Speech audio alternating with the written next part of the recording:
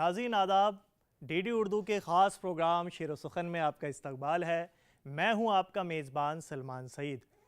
शेर व सुखन लेकर आता है उर्दू शेर व अदब से वो रोशन चिराग जिनकी रोशनी से शेर व अदब मुनव्वर है।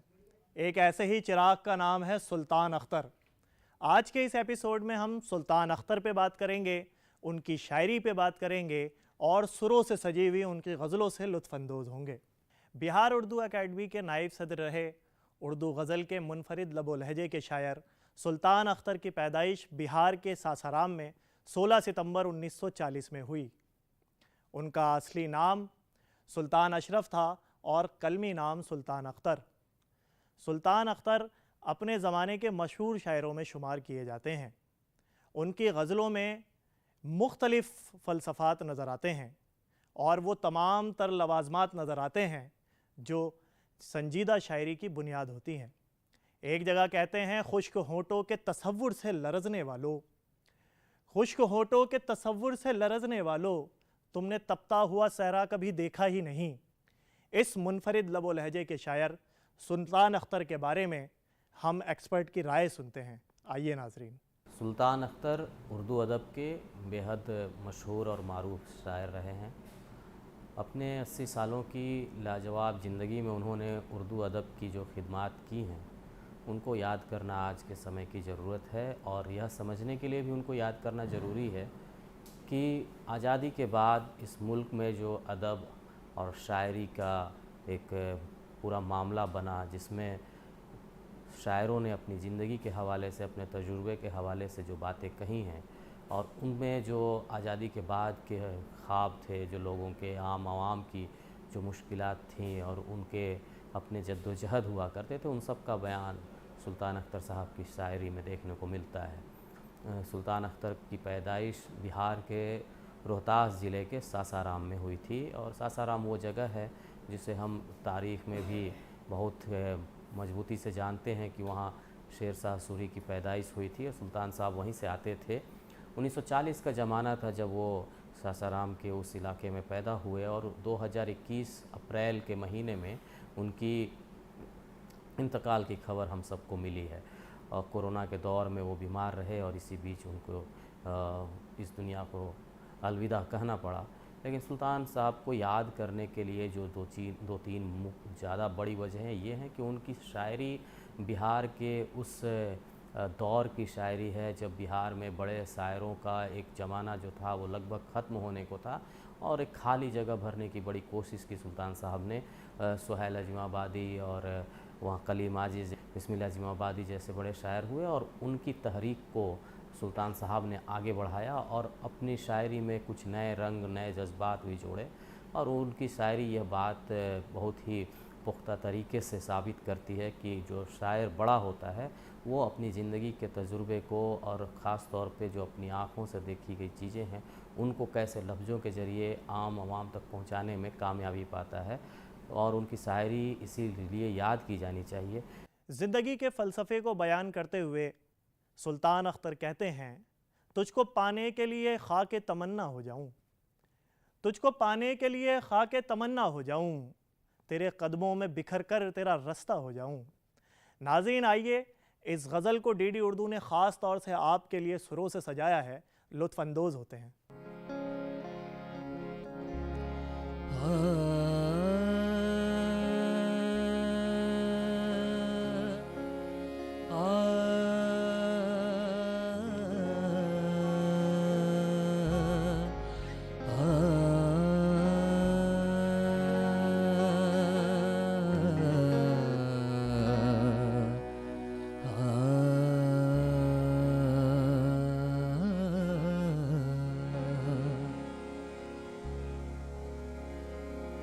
तुझको पाने के लिए खाके तमन्ना हो जाऊं, तुझको पाने के लिए खाके तमन्ना हो जाऊं, तेरे कदमों में बिखर कर तेरा रास्ता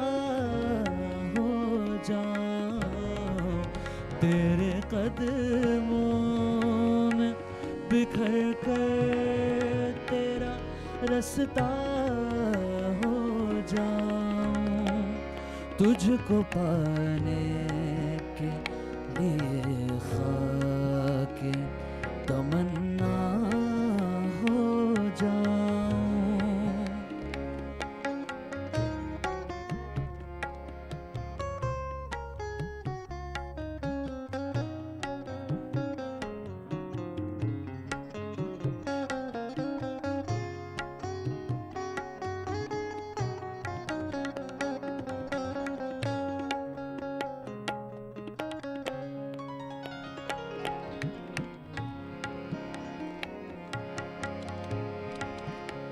मैं के अम्बोहे अजीज़ा में किसी का भी नहीं, मैं के अम्बोहे अजीज़ा में किसी का भी नहीं, मैं के अम्बोहे अजीज़ा में किसी का भी नहीं, जिंदगी मुझसे लिपट जाके मैं तेरा हो जाऊं, जिंदगी मुझसे लिपट जाके मैं तेरा हो जाऊं, तुझको पाने के लिए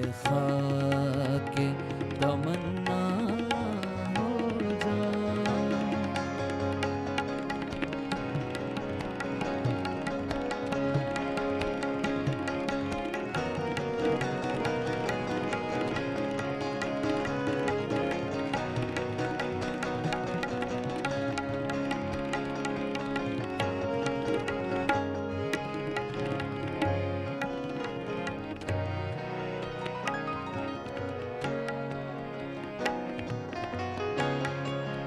ये अजब शर्त है तस्लीम रज़ा के अख्तर, ये अजब शर्त है तस्लीम रज़ा के अख्तर, ये अजब शर्त है तस्लीम रज़ा के अख्तर, खुद को पहचानना चाहूँ तो मैं अंधा हो जाऊँ, खुद को पहचानना चाहूँ तो मैं अंधा हो जाऊँ, तुझको पाने के लिए खाके तमन्ना हो जाऊं, तुझको पाने के लिए खाके तमन्ना हो जाऊं, तुझको पाने के लिए खाके।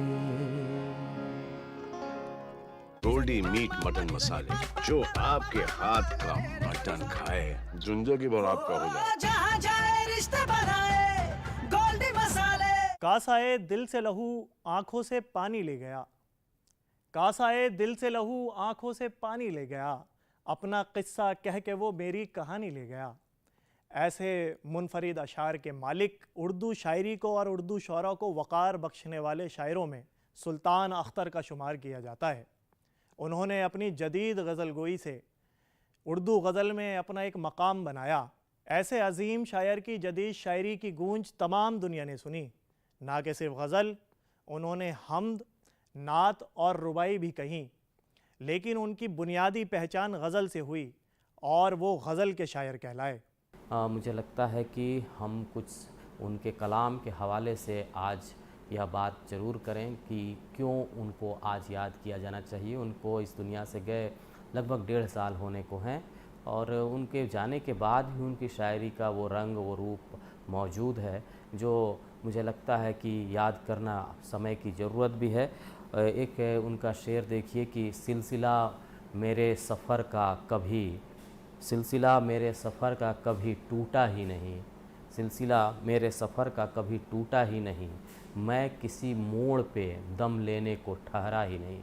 तो आज जो हम बात करते हैं मॉडर्न एज में, जो आज की ज़िंदगी है, भाग दौड़ भरी ज़िंदगी है, इंसान की जो ज़िंदगी मशीन की तरह होती जा रही है, तो उस पूरे ख़्याल को उन्होंने अपने इस शेर में पिरोया है। और वो कहते हैं कि दम लेने के लिए भी रुकने की फुर्सत नहीं है।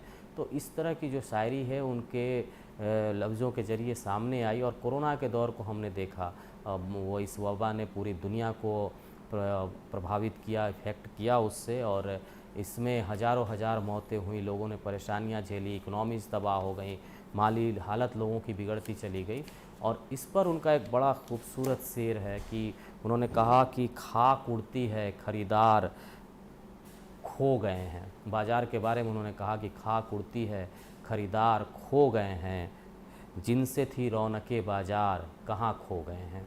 तो आप कोरोना के बाद जो दुनिया की ख़ास तौर पे माली हालत, इकोनॉमिक अफेयर्स की रही है, तो सुल्तान साहब की शायरी में यह जो हिस्सा है वो बिल्कुल कंटेम्प्ररी इशूज़ को उठा रहा है कि हम जिससे लगातार रूबरू हो रहे हैं वो है। उसके बाद उन्होंने आज की जो ज़िंदगी में ख़यालातों को लेकर के हम बहुत ही दिखावटीपन में जी रहे हैं, और हम जो होते हैं वो दिखाना नहीं चाहते, और जो नहीं होते हम चाहते हैं वो जाहिर हो। तो उस पर भी उन्होंने तंज कसते हुए लगभग और बहुत ही हल्के ढंग से एक बात कही, जिसमें बहुत संजीदे माने की तलाश की जा सकती है। संजीदगी से भरे हुए अर्थ हैं कि अब तो हर बात पर हंसने की तरह हंसता हूँ। सुल्तान साहब ने कहा कि अब तो हर बात पर हंसने की तरह हंसता हूँ, ऐसा लगता है मेरा दिल कभी टूटा ही नहीं। हंसने की तरह हंसना का मतलब है कि हमने हंसना भी एक तरीके से उस तरह से शुरू कर दिया जो हंसने की पूरी मुकम्मल जो हमारी ताबीर हुआ करती थी उससे पूरी नहीं होती थी। तो वो अपने बारे में ये कहते हुए दरअसल एक मैसेज, एक पैगाम दे रहे हैं कि अगर आप हंस रहे हों तो वाकई हंसें, और आपके अंदर की हंसी बाहर आए तो उसमें पूरी रंगीनियत हो। तो सुल्तान साहब को इस तरह से भी याद करें। और आज की जो भागदौड़ भरी ज़िंदगी के बाद जो इंसान बिल्कुल, कई ऐसे होते हैं जिनके पास फुर्सत नहीं होती, और कई ऐसे होते हैं जिनके पास फुर्सत होती भी है, तो वो चाहते हैं कि लोग उनको मसरूफ़ समझें। और इस बीच इंसान के पास न तो घर के लिए, न तो परिवार के लिए, और कभी कभी खुद के लिए भी जगह नहीं बचती। तो वो इस पर उन्होंने बड़ा ही अच्छा एक कलाम लिखा कि फुर्सत में रहा करते हैं फुर्सत से ज़्यादा, मसरूफ़ हैं हम लोग ज़रूरत से ज़्यादा। तिलिस्मे कार जहाँ का असर तमाम हुआ, तिलिस्मे कार जहाँ का असर तमाम हुआ, कि खाक बैठ गई अब सफ़र तमाम हुआ। आइए नाजरीन, डीडी उर्दू ने ख़ास आपके लिए इस गज़ल को मौसीकी की धुनों पे सजाया है, लुत्फ़अंदोज़ होते हैं।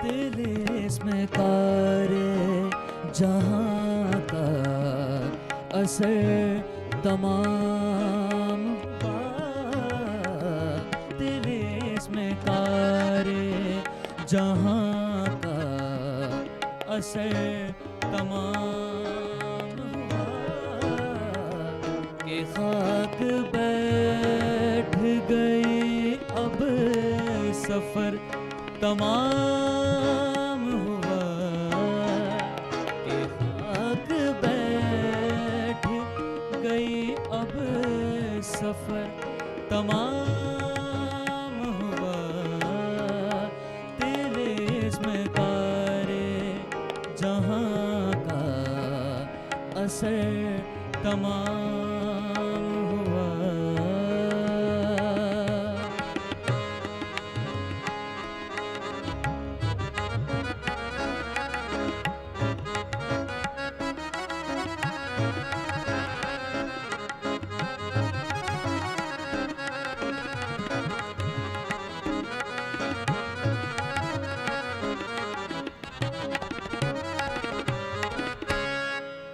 घरों में ढलती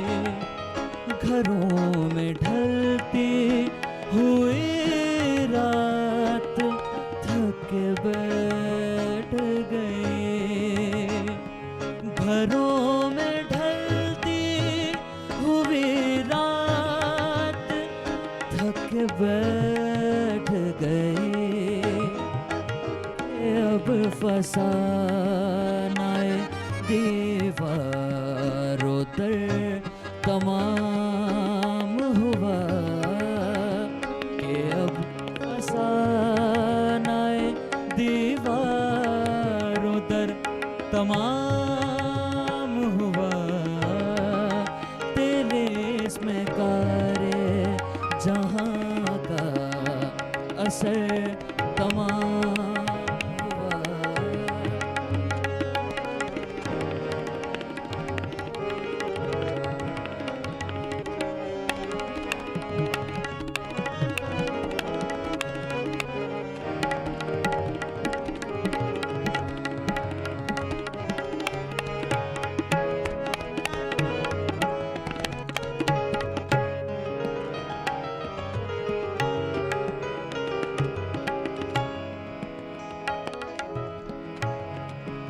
न कोई बात मुकम्मल हुई मेरी अख्तर, न कोई बात मुकम्मल हुई मेरी अख्तर, न कोई बात मुकम्मल हुई मेरी अख्तर, कोई काम मेरा सर बसर तमाम हुआ, न कोई काम मेरा सर बसर तमाम हुआ,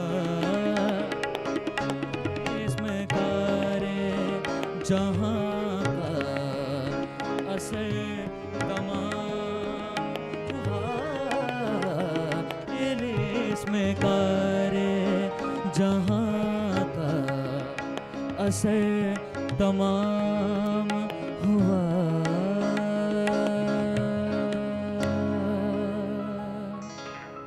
सुल्तान अख्तर ने 1975 में शेर कहने शुरू किए और बहुत जल्द दुनिया ने उनकी शेरी सलाहियतों को कबूल कर लिया। हिंदुस्तान की मुख्तलिफ इदारों ने उनको इनामात और एजाज़ात से नवाजा।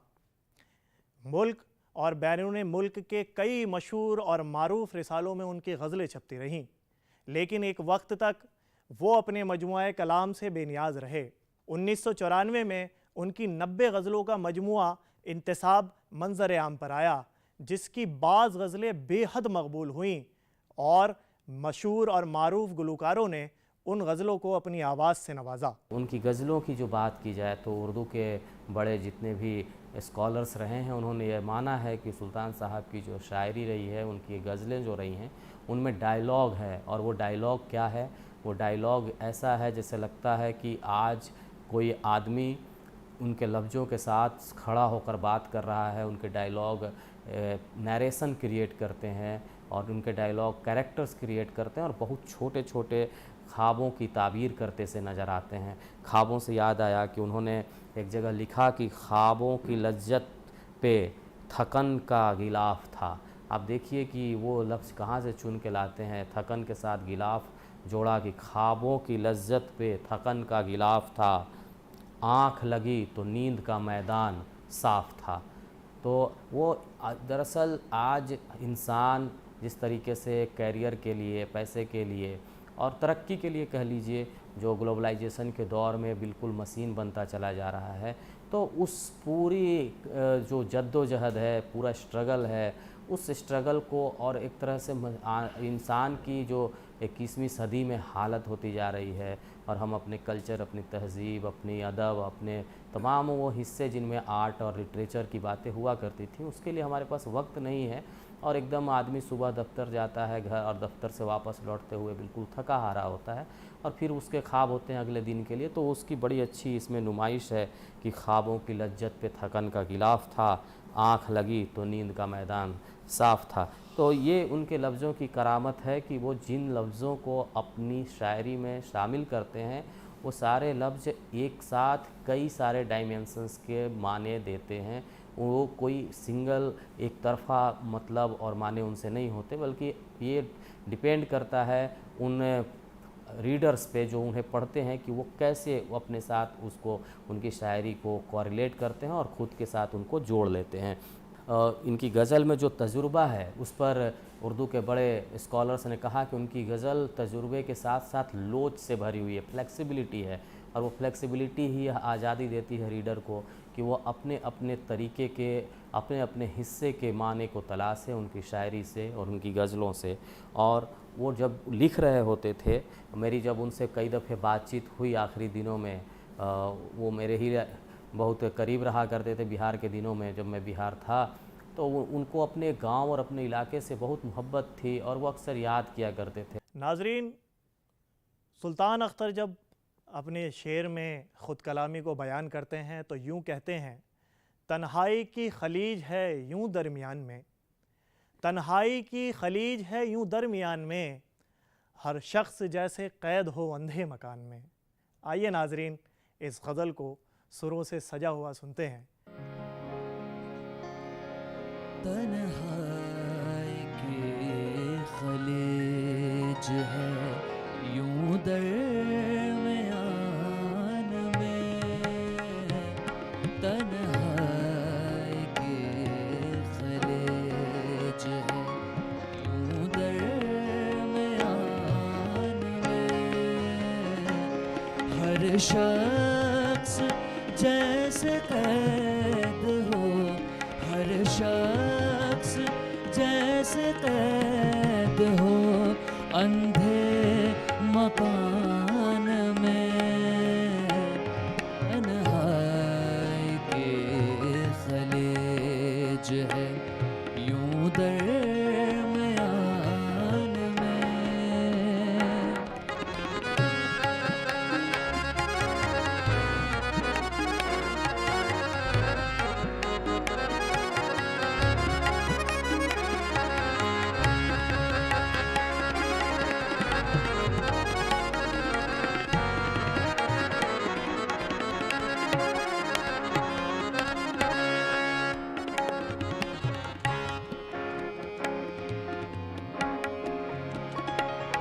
उसके लबों पे साथ समंदर का अक्स था,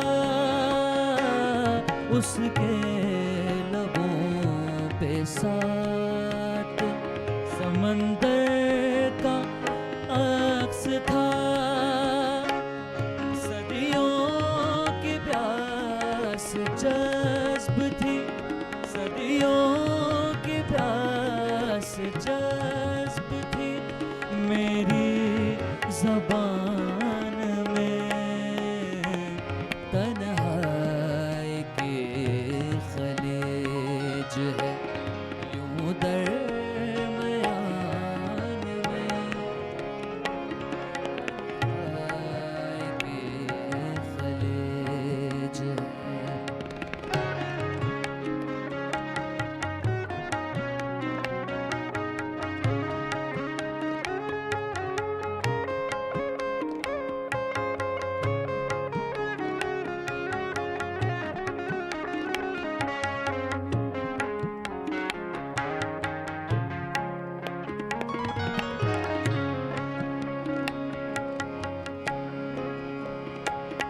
यूं बेदहकते दश्त से क्या कम थी जिंदगी,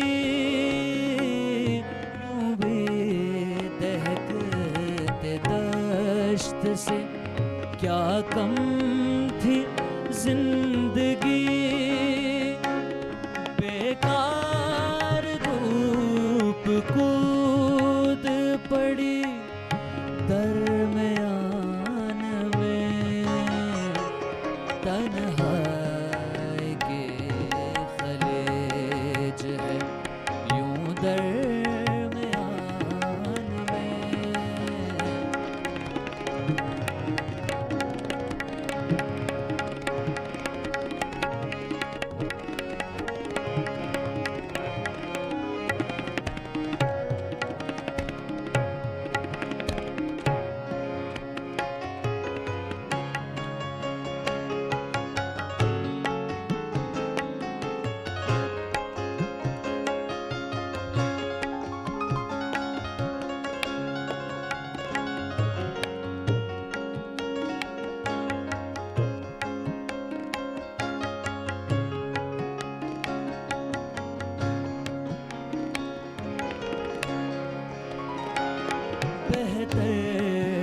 अपने आप से कुछ बोलते रहो,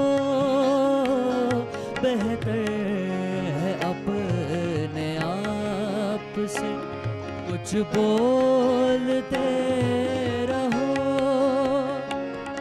यूं चुप रहे तो जंग, चुप रहे तो जंग लगेगा ज़बान में। तन्हाई के खलेज है यूं दरमियान में, तन्हाई के नाजरीन, आज के एपिसोड में हमने बात करी सुल्तान अख्तर की ज़िंदगी पर और उनकी शायरी पर, और एक ऐसे चिराग की बात करी जिसकी रोशनी से नई नस्ल महजूज हो रही हैं। मुझे उम्मीद है कि आज का एपिसोड आपको बहुत पसंद आया होगा। अगले एपिसोड में फिर आपसे मुलाकात होगी एक नए चिराग के साथ। जब तक के लिए अपने मेज़बान सलमान सईद को इजाज़त दीजिए। खुदा हाफिज़।